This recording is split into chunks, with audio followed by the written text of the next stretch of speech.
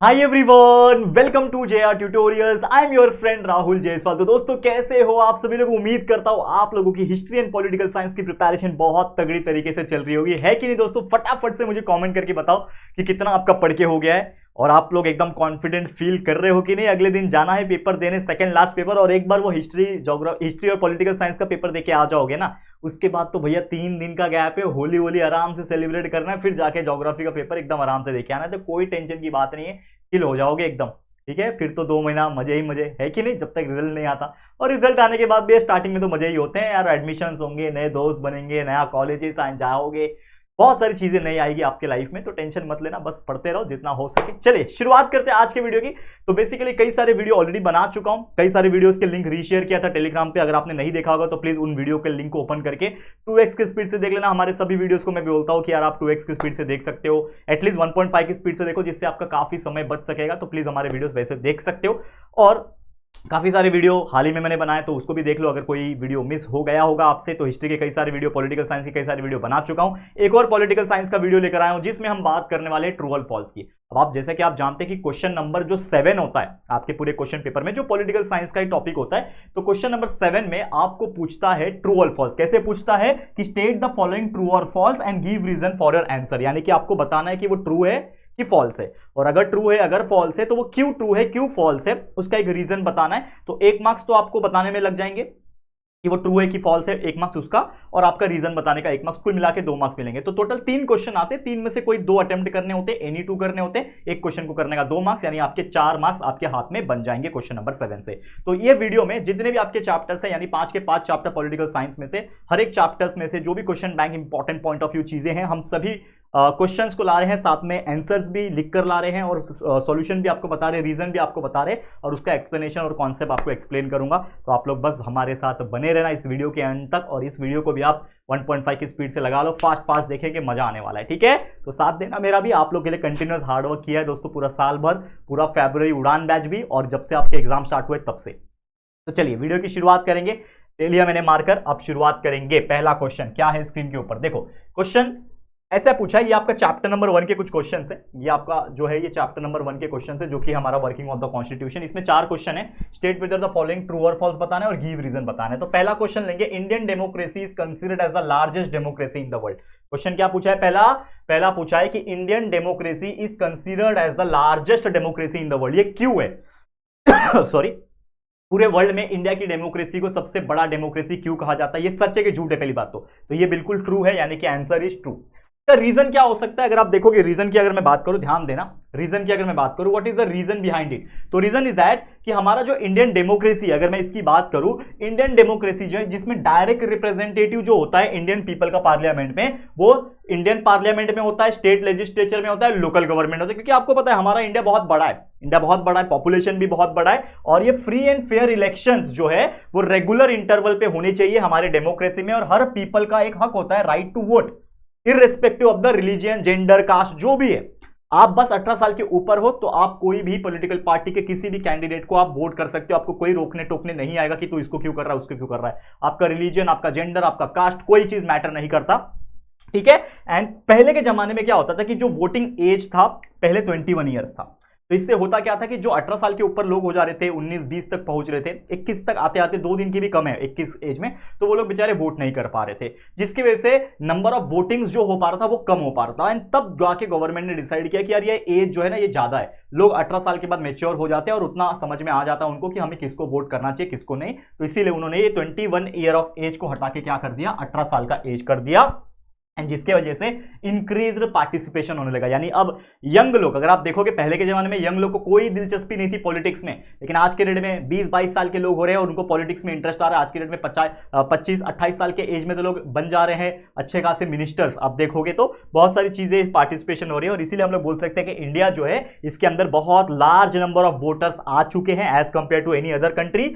और इसीलिए Indian democracy को कंसीडर किया जाता है largest democracy in the world. याद रहेगा ये क्वेश्चन। क्वेश्चन क्या है, इसका आंसर ट्रू है, और ट्रू क्यों है, रीजन जो है ये मैंने बताने की कोशिश की है। तो उम्मीद करता हूं आप लोगों को ये बहुत अच्छी तरीके से समझ में आ गया होगा। फटाफट से नोट डाउन कर लेना और चीजें फटाफट से कर लेना। ठीक है, समझ में आ रहा है बच्चा? बहुत इजी होता है ये सब चीजें, ठीक है ना, बहुत इजी होता है। चलिए अगले क्वेश्चन पे चलेंगे। और क्या क्वेश्चन पूछा हुआ है फटाफट से, क्या बोल रहा है? Secrecy in the working of the government, secrecy in the working of government has increased due to the right to information. यानी कि जो वर्किंग ऑफ गवर्नमेंट है उसमें जो सिक्रेसी होती है, यानी कि आराम से कुछ चीजें हाइड करके काम करना, ये काफी ज्यादा इंक्रीज हो गया है because of the right to information. तो ये सही है कि गलत है? तो ये बिल्कुल गलत है, क्योंकि राइट टू इंफॉर्मेशन से उल्टा सिक्रेसी नहीं रहा, क्योंकि गवर्नमेंट कोई चीज छुपा के नहीं कर सकती, उसको गवर्नमेंट को जो है इंडिया मतलब जो लोग हैं उनको रिवील करना पड़ेगा। अब जैसे एक थोड़ी देर पहले एक इंसिडेंट हुआ था, मैं करंट एग्जांपल देता हूं आप लोग को। क्या हुआ था कि आपको पता है एक पॉलिटिकल पार्टी है, एक रूलिंग पार्टी है, कोई भी पार्टी हो, XYZ नाम है, जो भी नाम है आप जानते ही हो, कि रूलिंग पार्टी और बहुत सारे ऐसी जो पॉलिटिकल पार्टीज होती है उनको इलेक्टोरल बॉन्ड्स आते हैं, यानी कि जो है पैसे आते हैं, डोनेशन आते हैं। तो गवर्नमेंट ने बोला कि आप छुपा नहीं सकते, आपको रिवील करना पड़ेगा कि कहां कहां से आपको पैसे आए हैं, मतलब आपके अंदर सीक्रेसी नाम की चीज नहीं है, तो ये चीज करना पड़ेगा, ठीक है। तो कोर्ट ने गवर्नमेंट को आदेश दे दिया। तो सीक्रेसी जो है, इसका रीजन क्या, ये फॉल्स क्यों है? रीजन ये है कि secrecy in the working of government has decrease, उल्टा क्या हुआ है बच्चा? इंक्रीज नहीं हुआ है, डिक्रीज हो गया है, क्योंकि राइट टू इंफॉर्मेशन एक्ट आ गया 2005 में, ये चीज लागू हुई थी। और 2005 के इस राइट टू इंफॉर्मेशन एक्ट के कारण गवर्नमेंट अब चीजें छुपा नहीं सकती, बल्कि उनको रिवील करना पड़ेगा अपने आम जनता को, अपने लोगों को, जो वोट उनको मिल रहा है वो वोट के सही हकदार को इंफॉर्मेशन मिलना चाहिए। और 2000 ईयर के बाद में ही जो डेमोक्रेटिक रिफॉर्म है ये अप्रोच किया था कि राइट ऑफ सिटीजन है, हमारा ये हक है, हम जैसे आम जनता, हम जो सिटीजन है उसका हक है, which has made governance more transparent. क्या बना दिया है उसको? ट्रांसपेरेंट बना दिया है, क्योंकि अगर ये ट्रांसपेरेंसी नहीं रहेगी तो हमको क्या बिलीव होगा कि गवर्नमेंट तो भाई पावरफुल है, वो कुछ भी चाहे कर सकती है, लोगों को तो पता ही नहीं चलेगा। तो चलो एक बार तो मैंने वोट दे दिया, लेकिन अगली बार मैं उनको वोट देने नहीं जाऊंगा, क्योंकि वो मेरे से चीजें छुपा रहे हैं, वो अपनी मनमानी कर रहे हैं, तो मैं वोट क्यों दूंगा बच्चा? तो मैं वोट नहीं दूंगा। इसीलिए कहीं ना कहीं ये रूल निकाला गया राइट टू इंफॉर्मेशन की, ट्रांसपेरेंसी मेंटेन रहे और गवर्नमेंट जो है वो ज्यादा अकाउंटेबल रहे। तो इस तरीके से क्वेश्चन आएगा, अगर ट्रू और फॉल्स में आता है तो आंसर लिखना है कि भाई इंक्रीज नहीं हुआ है, डिक्रीज हुआ है, ये फॉल्स है और ये डिक्रीज हुआ है because of the right of information. Correct है? समझ में आ गया? चलिए नेक्स्ट क्वेश्चन पे चलते हैं। अगला क्वेश्चन क्या पूछा है उसी चैप्टर का, देखो क्या बोल रहा है? The nature of constitution is seen as a living document. जो हमारा कॉन्स्टिट्यूशन है यानी संविधान है, उसका जो नेचर है, इसको एक लिविंग डॉक्यूमेंट जैसा देखा जा रहा है, क्योंकि एक जिंदा बोलते हैं ना, जिंदा डॉक्यूमेंट है ये। क्यों? क्योंकि आज भी हमारी जो सरकार है, आज भी जो हमारा डेमोक्रेटिक कंट्री है, जो नेशन है, वो उस कॉन्स्टिट्यूशन पे ही चल रहा है। और समझ लो कि जिस दिन ये कॉन्स्टिट्यूशन खत्म हो गया बहुत सारी चीजें उलटफेर हो जाएगी। आज इतने सारे जो हमारे पास सुविधाएं हैं, आज जो इतनी सारी चीजें हैं, आज हर किसी गरीब से गरीब व्यक्ति, कोई भी पर्टिकुलर कास्ट का हो, कोई भी पर्टिकुलर रिलीजन का हो, आज उसके पास हक है कि वो एजुकेशन ले सकता है। Right to education, right to freedom, right to speech, right to information. There are so many other rules which are included in the constitution. If the constitution is get over, या फिर कुछ changes हो जाते हैं बहुत ज्यादा किसी एक पॉलिटिकल पार्टी के प्रेशर में आके, तो शायद बहुत चीजें बिगड़ सकती है। तो ये एक लिविंग डॉक्यूमेंट ऐसा क्यों कहा गया है? रीजन ट्रू है। क्यों रीजन ट्रू है? क्योंकि कॉन्स्टिट्यूशन जो है वो डायनामिक और एक लिविंग डॉक्यूमेंट है, और पार्लियामेंट के पास एक पावर होता है कि वो उसके अंदर चेंजेस ला सके, कॉन्स्टिट्यूशन के अंदर यानी संविधान के अंदर वो चेंजेस ला सके। And judiciary accepted this power of parliament, क्योंकि जैसा हमको पता है कि लगभग अगर किसी एक पर्टिकुलर पॉलिटिकल पार्टी के पास अगर बहुत ज्यादा वोट परसेंटेज है, मुझे एग्जैक्टली नहीं पता क्योंकि I am not a politics professor, लेकिन एक 2/3 या फिर कुछ तो ऐसा हिस्सा होता है, अगर उससे ज्यादा अगर किसी एक पॉलिटिकल पार्टी के पास कैंडिडेट्स की सीट्स है या फिर जो मेजॉरिटी है, तब वो किसी भी पर्टिकुलर चीज को चेंज कर सकती है इन द कॉन्स्टिट्यूशन, एंड वो पार्लियामेंट को वो बात माननी भी पड़ जाती है। तो इस प्रकार की चीजें हैं, ठीक है। तो कॉन्स्टिट्यूशन के अंदर but sometimes specified the limitation of the power, but इस पावर का कुछ लिमिटेशन भी होता है। हर किसी का लिमिटेशन नहीं होगा तो रोक नहीं सकते, मतलब रोकना जरूरी है ना। गवर्नमेंट अगर सरकार है, गवर्नमेंट है, वो कुछ भी कर सकती है, लेकिन उसको हर चीज करने नहीं दिया जा सकता, उसके लिए रोक लगाना जरूरी है। इसीलिए शायद अपोजिशन स्ट्रांग होना भी बहुत जरूरी होता है, ठीक है। And judiciary took A stand that parliament while amending the constitution can not change the basic structure. एक चीज ध्यान में रखना है कि वो लिविंग डॉक्यूमेंट है, लेकिन ये चीज गवर्नमेंट और साथ में जुडिशियरी सिस्टम, जो हमारे सुप्रीम कोर्ट के जो पैनल्स होते हैं, जो जजेस होते हैं, वो इस चीज का भी ख्याल रखते हैं कि जो बेसिक स्ट्रक्चर है एटलीस्ट वो चेंज ना हो। थोड़ी बहुत चीजें, आर्टिकल्स एंड बाकी चीजें चेंज कर सकता है कोई भी पॉलिटिकल पार्टी अगर पावर में है तो, लेकिन उसका बेसिक स्ट्रक्चर को चेंज नहीं किया सकता, इसीलिए इसको लिविंग डॉक्यूमेंट कहा जाता है। समझ में आ गया? क्लियर? चलिए अगले क्वेश्चन पे चलते हैं। नेक्स्ट क्वेश्चन क्या है हमारा, इसको देखते हैं। ये क्या बोल रहा है? Decentralisation of power is central to the democratic government. ये बहुत इंपॉर्टेंट क्वेश्चन है। क्या बोल रहा है? Decentralisation of power is central to democratic government. तो इसका सही जवाब है ट्रू। ट्रू है, क्यों है? अब ये देखिए शायद थोड़ा सा आपको धुंधला दिख रहा होगा क्योंकि ये शायद टाइपिंग थोड़ा सा ना कलर का चेंजेस हो गया था, तो ये ब्लैक में हो गया, तो ब्लैक के ऊपर ब्लैक हो गया, इसके लिए आपको दिख नहीं रहा है, लेकिन फिर भी मैं आपको ये रीड करके दिखा दूंगा क्या बोल रहा है। यहाँ पे लिखा हुआ है decentralisation controls the misuse of power. Decentralisation क्या करता है, जो भी सत्ताधारी है यानी पावर में है यानी गवर्नमेंट में है, उसको कोई अपने चीज का मिसयूज ना करे, तो उस मिसयूज को वो कंट्रोल करता है। साथ ही में it also creates opportunity for the common people, यानी आम जनता को पार्टिसिपेट कर सके वर्किंग ऑफ द गवर्नमेंट के अंदर, उस चीज को वो अलाउ करता है। दिख रहा है आपको, हल्का हल्का दिख रहा होगा, थोड़ा सा जूम करोगे तो दिखाई देगा ये चीज। देखो मेरे पास ये फॉर्मेट था तो टाइपिंग मिस्टेक हो गया, टाइपिंग मिस्टेक कलर का ये कॉम्बिनेशन बिगड़ गया, एंड देयरफॉर डिसेंट्रलाइजेशन पावर जो है ये डेमोक्रेटिक गवर्नमेंट के सेंट्रल में होना चाहिए। तो ये बहुत इंपॉर्टेंट क्वेश्चन है, ये इसको मैं आईएमपी मार्क कर रहा हूं, बच्चा इसको अच्छी तरीके से लर्न कर लेना, ठीक है। चलिए अगले क्वेश्चन पे चलते हैं। नेक्स्ट क्वेश्चन क्या है, अब आ जाता है हमारा यहाँ पे chapter number second. Chapter number second में पहला क्वेश्चन क्या है देख सकते हो। First question given has here, क्या बोल रहा है, देखो ध्यान से सुनना है, जो भी चीज बता रहा हूं इसको ध्यान से सुनो। क्या बोल रहा है, the election commission lays down the code of conduct during election. जो इलेक्शन कमीशन होता है वो कोड ऑफ कंडक्ट जो होता है यानी रूल्स एंड रेगुलेशन होता है, जिसको पॉलिटिकल पार्टीज को एंड आम जनता को भी फॉलो करना होता है, तो वो इलेक्शन के दौरान आता है। और ये बिल्कुल सही बात है, ये ट्रू है। और क्यों ट्रू है, रीजन क्या है, to control the malpractices during the election, यानी कि कोई भी पॉलिटिकल पार्टी कोई गलत काम ना कर सके, किसी गलत तरीके से वोट ना निकाल सके, and ensure free and fair election, यानी मुफ्त में इलेक्शन और फेयर इलेक्शन, ईमानदारी से इलेक्शन हो सके, सही जगह पे वोट पड़ सके और इंसान के वोट के कारण ही एक चुना हुआ कैंडिडेट आ सके। तो क्या होता है, अगर गलत तरीके से वोट किया जाए तो क्या होता है, अरे जेब से पैसा निकाला दिया, ए भाई मेरे को वोट करना, ऐसा होता है ना, अभी भी होता है कहीं ना कहीं छुप छुप के, तो होता ही, हम सबको पता है यार, होता है ये सब चीजें, ठीक है। कुछ लोग पैसे के लिए, कुछ लोग वो बाटली के लिए, पता ना कौन सी बाटली की बात कर रहा हूं, तो ये सब चीजें आज भी होती है। तो इसीलिए ये कोड ऑफ कंडक्ट निकाला गया है इलेक्शन कमीशन द्वारा, ताकि ये चीजें ना हो। और ये जो कंडक्ट है यानी ये जो कोड ऑफ कंडक्ट रूल है, ये एक बहुत ही यूनिक डॉक्यूमेंट है जो कि अलग अलग रूल्स एंड रेगुलेशन को एक्सप्लेन करता है, और उसको फॉलो किया जाना चाहिए किसी को, गवर्नमेंट को भी, पॉलिटिकल पार्टीज को भी, एंड जो भी वोटर्स है यानी हम जैसे जो लोग हैं उनको भी फॉलो करना है इलेक्शंस के दौरान। और अगर ये चीज ना हो तो बहुत ही ज्यादा प्रॉब्लम क्रिएट कर सकता है इलेक्शन कमीशन, और इवन द गवर्नमेंट यानी सरकार को भी इजाजत नहीं है कि वो वायलेट कर सके ऐसे रूल्स को। जो भी कोड ऑफ कंडक्ट के रूल्स हैं वो सरकार भी तोड़ नहीं सकती, उनको भी फॉलो करना पड़ेगा, नहीं तो उनको भी पनिशमेंट हो सकती है, बहुत सारी अलग अलग चीज। तो ये बिल्कुल ध्यान में रखना है, इसीलिए code of conduct is very important. समझा, क्लियर है? तो उम्मीद कर रहा हूं आप लोग को ये चीज बड़े आराम से समझ में आ गया होगा। चलते हैं नेक्स्ट क्वेश्चन की तरफ। क्या बोल रहा है, under the special circumstances the election commission holds री election in a particular constituency for a second time, यानी कि अगर कुछ ऐसा कंडीशन आता है तो जो इलेक्शन कमीशन है वो दोबारा से इलेक्शन करा सकता है किसी एक कॉन्स्टिट्यूएंसी में, यानी किसी एक जगह में अगर किसी गलत तरीके से कुछ इलेक्शन हुआ है और मेरे को पता चल गया, मैं इलेक्शन कमीशन वाला हूं, मुझे पता चल गया, तो मैं बोलूंगा नहीं भाई ये गलत तरीके से हुआ है, अब वापस से होगा इलेक्शन, मैं वापस से करवाऊंगा। तो इस प्रकार की चीजें, तो क्या ये सही है कि गलत है? बिल्कुल सही है, ट्रू आंसर है। रीजन क्या है, ये सिर्फ कब होता है, this only happen if the elected government loses it's majority, यानी कभी ऐसा होता है कि मान लो चुनी हुई सरकार है, अब चुनी हुई सरकार दो तरीके से बनती है, या तो पूरा का पूरा उनको वोट मिला है, मतलब जो भी चाहिए 400 में से 201 वोट चाहिए तो उनको 51% वोट मिल गया, सरकार बन गई उनकी।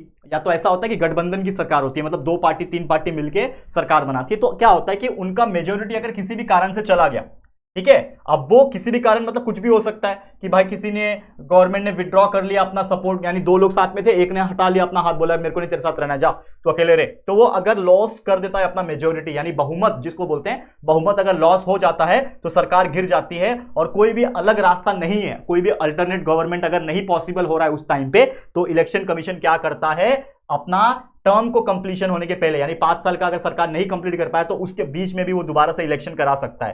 तो बाय इलेक्शन क्या कहते हैं इसको, बाय इलेक्शंस कहते हैं। तो by elections are conducted in the constituency if the elected representative in the Lok Sabha, Vidhan Sabha या फिर लोकल सेल्फ गवर्नमेंट रिजाइंस, और if there is a vacant seat, तो ये चीज पॉसिबल हो पाता है बिकॉज ऑफ दिस रीजन। तो ये रीजन आप बिल्कुल अच्छी तरीके से याद कर लेना, ठीक है, समझ में आ गया। चलिए चलते हैं अगले क्वेश्चन की तरफ। क्या बोल रहा है, The state government decide as to when and in how many states the election would be held in a particular area, particular state।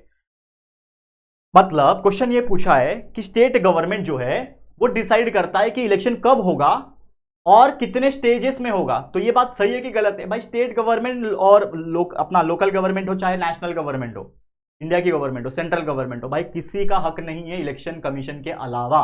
Election commission is the only responsible terms या फिर teams बोल सकता हूं मैं, only responsible teams जो decide करेगा कि election कब होगा, कैसे होगा, कितने बजे होगा, कितने स्टेजेस में होगा। तो इसके लिए ये स्टेटमेंट जो है ये क्या है, फॉल्स है। क्यों फॉल्स है, रीजन क्या है, रिवीजन लिखा हुआ है मैंने, देखो रीजन है REA, ठीक है। देखो रीजन का बदले क्या हो रहा है, रीजन है ना, ये रिवीजन लिख दिया, ठीक है। रीजन, तो रीजन क्या है, क्योंकि election commission is central to the process of election.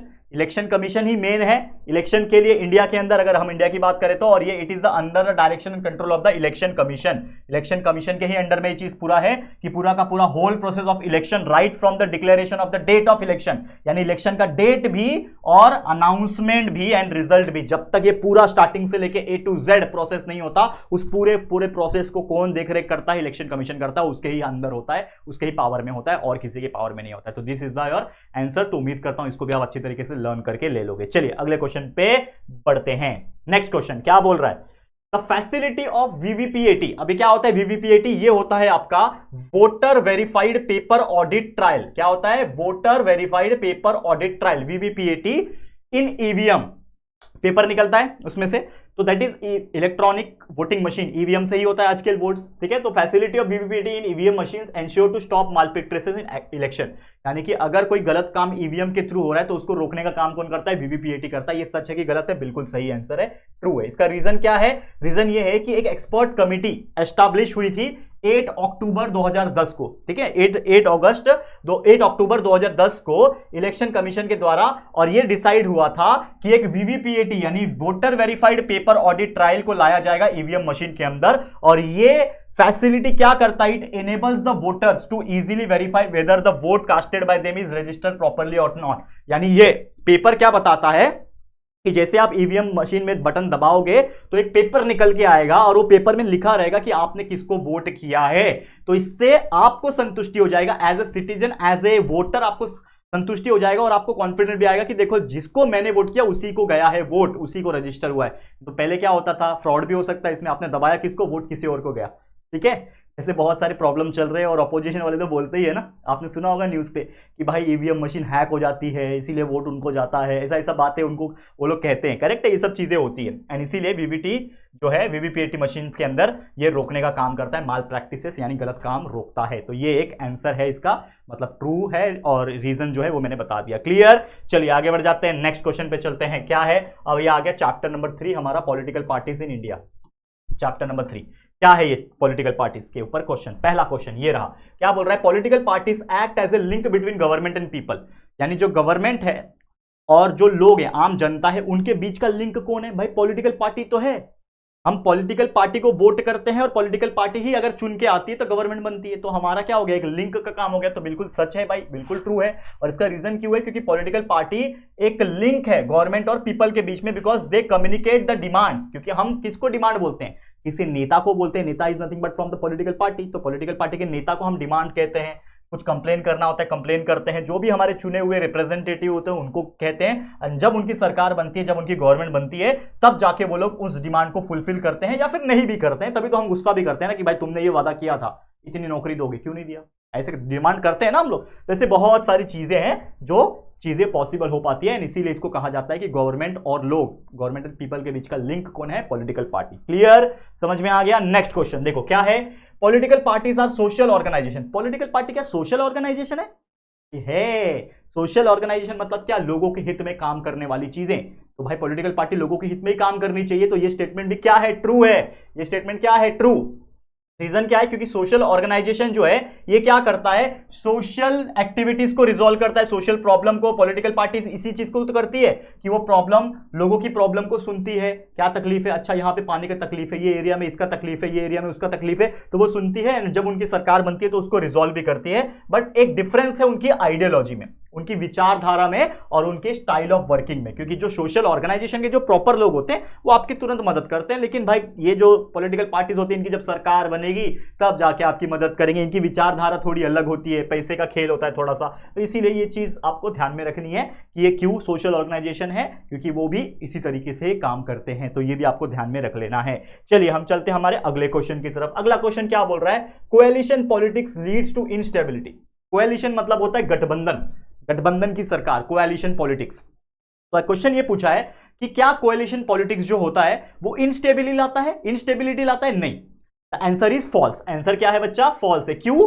क्योंकि भाई अगर कहीं पे भी मान लो कि मुझे सरकार बनाने के लिए चाहिए टोटल 200 ये है सीट है, अब 200 में से अगर मैं 101 लाऊंगा तो मेरी सरकार बनेगी, मेरे को बहुमत मिलेगा। ठीक है, तो मान लो बहुत सारे पॉलिटिकल पार्टी है, किसी को मिला है 80 सीट्स, ठीक है, किसी पार्टी को मिला है 35 सीट्स, ठीक है, किसी को मिला है 25 सीट्स, ठीक है, किसी को मिला है 15 सीट, ठीक है ना, किसी को मिला है मान लो 20 सीट। कितने हो गए? कर लो, 50, 150, कितने हो गए? अब मैं काउंट कर रहा हूं क्योंकि मैं रियल लाइफ एग्जांपल बता रहा हूं, मतलब रियल लाइफ नहीं है लेकिन एक प्रैक्टिकलिटी बता रहा हूं। ठीक है, 15 15 50, 150, 125 और एक और पार्टी है जिसको 25 वोट मिले। ठीक है, अब सबसे बड़ी पार्टी यहां पे दिख रही है जिसको 80 वोट मिले, 80 सीट मिले। तो क्या ये सरकार बना सकता है अपना? नहीं बना सकता, क्योंकि भाई 101 चाहिए तब जाके सरकार बनेगी। तो ये क्या बोलेगा, ये एक पार्टी क्या बोलेगा कि भाई मेरे को ना किसी का साथ चाहिए, चलो हम पार्टनरशिप कर लेते हैं, जिसको पॉलिटिक्स में कहा जाता है गठबंधन करना, कोएलिशन करना। तो मैं क्या करूंगा, अब इसके साथ भी जाएगा, इसके साथ भी जा सकता है, या तो इसके साथ भी जा सकता है, इनके साथ और इनके साथ नहीं जा सकता, क्योंकि इनको ले भी लेगा तो भी 101 का आंकड़ा टच नहीं कर पा रहा है। तो ये तीन ऑप्शन उसके पास है। अब ये दो है ना, ये 25 वाले, ये दोनों साथ में आ गए, 50 हो गए, सोच रहे और कोई साथ में आ जाए, लेकिन ये 35 वाला जो है ये इसके साथ जाके टाई अप हो जाएगा, तो ये बन गए टोटल मिला के कितने हो गए? 115 हो गए। तो भाई इसका सरकार बन जाएगा 115 का। लेकिन इनका जो सरकार है इसमें दो चीज है, यानी दो पार्टी से, दो पॉलिटिकल पार्टीज मिल गए, तो उसको बोलते हैं कोएलिशन गवर्नमेंट। ठीक है, अब कोएलिशन गवर्नमेंट इंस्टेबिलिटी लाता है, ये तो मैंने बोल दिया कि नहीं लाता है, क्योंकि भाई अगर दो लोग मिलकर सरकार बना रहे तो सरकार तो चल ही रही है ना।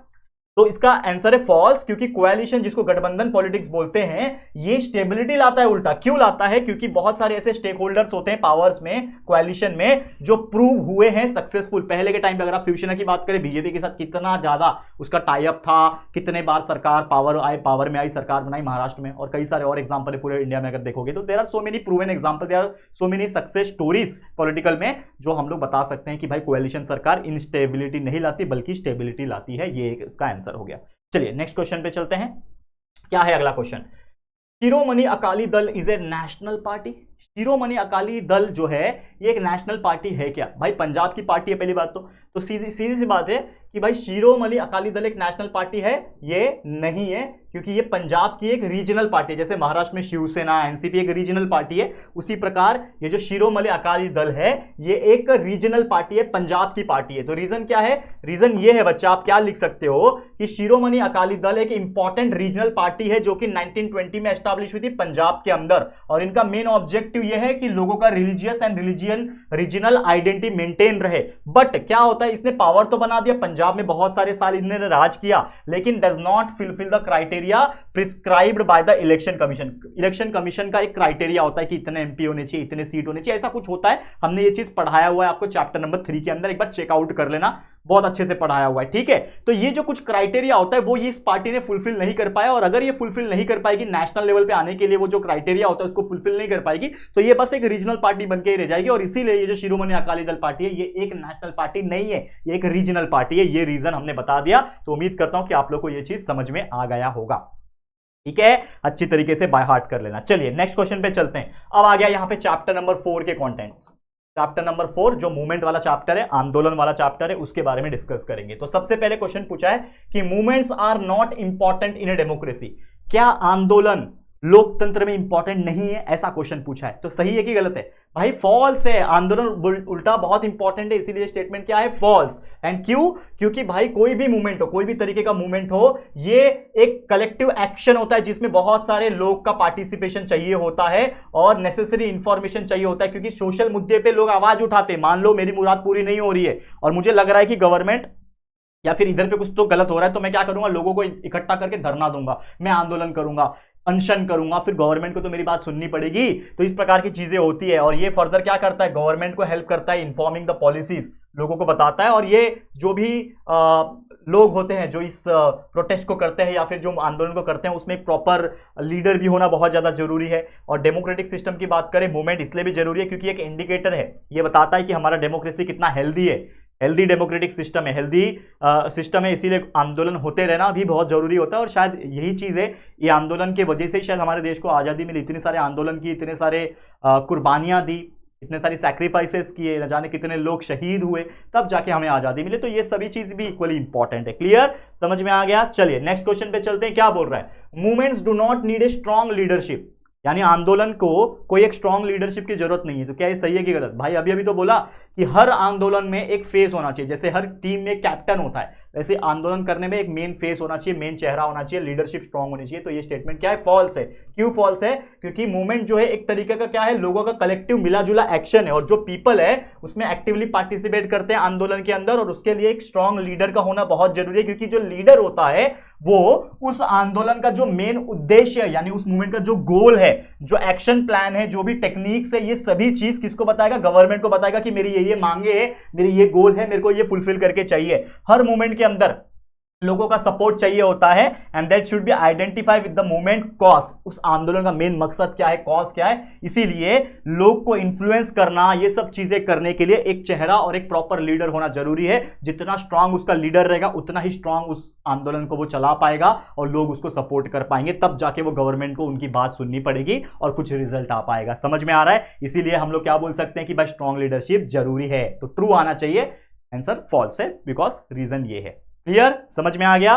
चलिए नेक्स्ट क्वेश्चन पे चलते हैं। क्या बोल रहा है, consumer movement can came into existence. Consumer movement क्या है कि जो आम जनता होती है भाई, इसमें बहुत सारे फ्रॉड उनको झेलने पड़े थे, कुछ प्रोडक्ट गलत आ गया, कुछ मिलावट हो गई, कुछ ऐसी चीजें हो गई, तो वो लोग क्या कर सकते हैं, अपना आंदोलन कर सकते हैं। कंज्यूमर लोग ने भी आंदोलन किया था, तब जाके कंज्यूमर प्रोटेक्शन एक्ट बना गया था, तब जाके लोगों को शांति मिली कि आज कोई भी आपके साथ फ्रॉड होता है तो आप कंप्लेन कर सकते हो और मोस्ट प्रोबेबली आपके पैसे रिटर्न भी आ जाते हैं। ये होता है ना, तो ये इसी चीज के लिए ये आंदोलन हुआ था। तो ये स्टेटमेंट ट्रू है। रीजन ये है कि बहुत सारे ऐसे कंज्यूमर है जिनको बहुत सारे डिफरेंट प्रॉब्लम्स फेस करने पड़े थे, ठीक है। जैसे कि बहुत सारे प्रॉब्लम्स क्या थे, एडल्ट्रेशन यानी मिलावट होना, increase cost of the item, यार 2 रुपए की चीज 10 रुपए में बेच रहा है दुकानदार, आप कंप्लेन कर सकते हो कंज्यूमर कोर्ट में जाके, ठीक है ना। फ्रॉड हो गया, वेट में 500 ग्राम का चीज है, दे रहा है 300 ग्राम, उनका वेइंग मशीन में चिंबक लगा दिया। पहले के जमाने चिंबक लगाते थे, अभी तो चलो इलेक्ट्रॉनिक चीजें आ गई है, लेकिन ऐसे मेजर्स में घपलाबाजी बहुत होते थे, और इसी चीज के लिए यहाँ पे जो है कंज्यूमर आंदोलन होने लगे और इसीलिए ये एग्जिस्टेंस में आया। तो ये रहा उसका आंसर,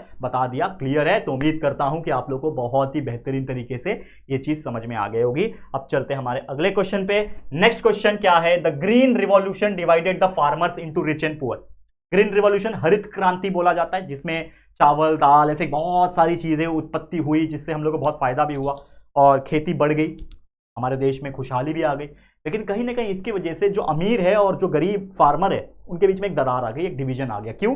ये आंसर बिल्कुल सच है, मतलब ये स्टेटमेंट बिल्कुल ट्रू है। रीजन ये है कि जो ग्रीन रिवॉल्यूशन जो आया, ये क्या फोकस करता है, इंक्रीज द एग्रीकल्चरल प्रोडक्शन, यानी कि उपजाऊपन आपका बढ़ा रहा है, एग्रीकल्चर प्रोडक्शन को बढ़ा रहा है, ठीक है, और इससे सेल्फ सफिशिएंसी फूड ग्रेन्स की बढ़ रही है। लेकिन क्या हो रहा है, it does not have any benefit to poor farmer. जो गरीब किसान था उसको कोई भी फायदा नहीं पहुंच रहा इसकी वजह से, और इसीलिए poor gets poorer and rich gets richer, and इसीलिए पुअर और रिच के बीच में एक दीवार खड़ी हो गई, एक बीच में डिवीजन आ चुका है। इसीलिए ग्रीन रिवॉल्यूशन रिच और पुअर के बीच में क्या है, एक डिवीजन का काम कर रहा है। क्लियर हो गया, समझ में आ गया? तो ऐसे क्वेश्चन बहुत इंपॉर्टेंट है, जरूर से याद कर लेना आप लोग। चलो चलते हैं हम लोग नेक्स्ट और आखिरी चैप्टर, जो कि है चैप्टर नंबर 5, ठीक है, डेमोक्रेसी वाला।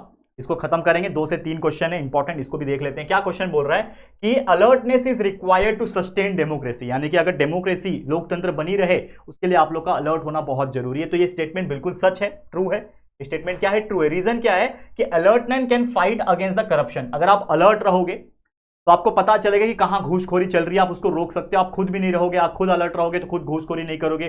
पॉलिटिकल माल प्रैक्टिसेस जो हो रही है, यानी गलत काम जो हो रही है पॉलिटिक्स में, उसको आप रोक सकते हो, और इसीलिए अलर्ट होना बहुत जरूरी है। और डेमोक्रेसी को यानी लोकतंत्र को सस्टेन करने के लिए, लॉन्ग टर्म तक सर्वाइव करने के लिए अलर्टनेस बहुत जरूरी है। तो इस प्रकार से आप स्टेटमेंट लिख सकते हो, ठीक है। चले next and second last question. क्या बोल रहा है, importance of the problems of farmer and tribals has increase in the left extremist movement. तो लेफ्ट एक्सट्रीमिस्ट मूवमेंट के अंदर जो प्रॉब्लम्स थे फार्मर और ट्राइबल्स के, उसको इंपॉर्टेंस जो है वो बढ़ गया है। तो ये स्टेटमेंट गलत है। क्यों?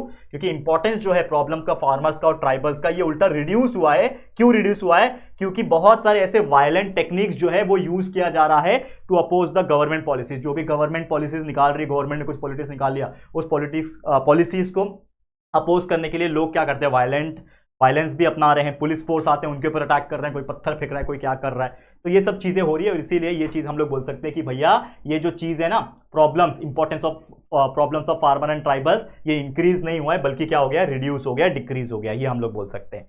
चलिए लास्ट क्वेश्चन, उम्मीद करता हूं यहां तक आपको बहुत अच्छे से क्लियर हो गया होगा। तो पीपल में loose confidence in the democratic process, यानी लोकतंत्र का जो इलेक्शन प्रोसेस है, डेमोक्रेटिक प्रोसेस है, इसमें लोग धीरे धीरे करके अपना इंटरेस्ट लूज कर रहे हैं ड्यू टू करप्शन बढ़ने की वजह से। तो ये सच है कि गलत है? बिल्कुल सच है। आज आम इंसान हम बात करते हैं तो कभी कभी हमें भी लगता है कि आने वाले 10 साल के बाद मुझे लगता है बहुत ज्यादा प्रॉब्लम फेस करना पड़ेगा, क्योंकि इतने घूसखोरी, इतने करप्शन, इतनी चीजें, वायलेंस वाली चीजें बढ़ गई है, तो लोग शायद किसी की सुनेंगे ही नहीं। तो ये बिल्कुल सच है। क्यों? Because of the corruption the working capacity of government of the political administrative level is reduce. क्योंकि भाई घूसखोरी आ गई है, ऐसे ऐसे लोग जा रहे हैं वहां पे जो योग्य नहीं है, काबिल नहीं है, तो काम तो गलत तरीके से ही होगा। और इसीलिए कहीं ना कहीं हमारा देश अगर इसी तरीके से चलता गया, करप्शन चलता गया, तो कहीं ना कहीं डेमोक्रेटिक प्रोसेस हमारा खत्म हो जाएगा या फिर बहुत खराब हो जाएगा। क्लियर? तो उम्मीद करता हूं कि आप लोग को ये चीज बड़े आराम से बहुत अच्छी तरीके से समझ में आ गया होगा। तो आप देख सकते हो कि लगभग हमने 20 ट्रू और फॉल्स आपको बताया और उसके रीजन भी आपको एक्सप्लेन किया है। लेकिन आप इन सभी को अच्छे से बाय हार्ट कर लेना। कंसेप्ट तो मैंने समझा दिया, लेकिन याद करना और एग्जाम में लिखना ये आपके हाथ में है। ठीक है? तो उम्मीद करता हूं ये वीडियो आपके लिए हेल्पफुल रहा होगा और यहां पे जो 4 में से 4 मार्क्स है, यहां पे आप अच्छे से स्कोर कर पाओगे। ठीक है? तो इसी के साथ इस वीडियो को एंड करता हूं। मोस्ट प्रोबेबली एक और वीडियो आपके लिए लाऊंगा जो कि एमसीक्यूज का होगा, छोटा सा वीडियो जिसमें आप लोग के लिए सभी एमसीक्यूज में कवर करा दूंगा। तो आज के लिए इतना ही, इस वीडियो के लिए इतना ही। ये वीडियो आपको कैसा लगा है दोस्तों? मेहनत कैसी लगी है? प्लीज हमें कमेंट करके बताना। वीडियो अगर पसंद आया है तो प्लीज वीडियो को लाइक करना, शेयर करना अपने सभी दोस्तों के साथ, और फर्स्ट टाइम आए हो चैनल पे तो फटाफट से हमारे चैनल को सब्सक्राइब करके बेल आइकन को प्रेस कर देना, ताकि जब भी कोई वीडियोस अपलोड होगा आप लोग को वीडियोस की जो नोटिफिकेशन है वो मिलती रहेगी। ठीक है फ्रेंड्स? तो चलो जल्दी मिलेंगे फिर एक और नई वीडियो में। तब तक के लिए thank you and good bye.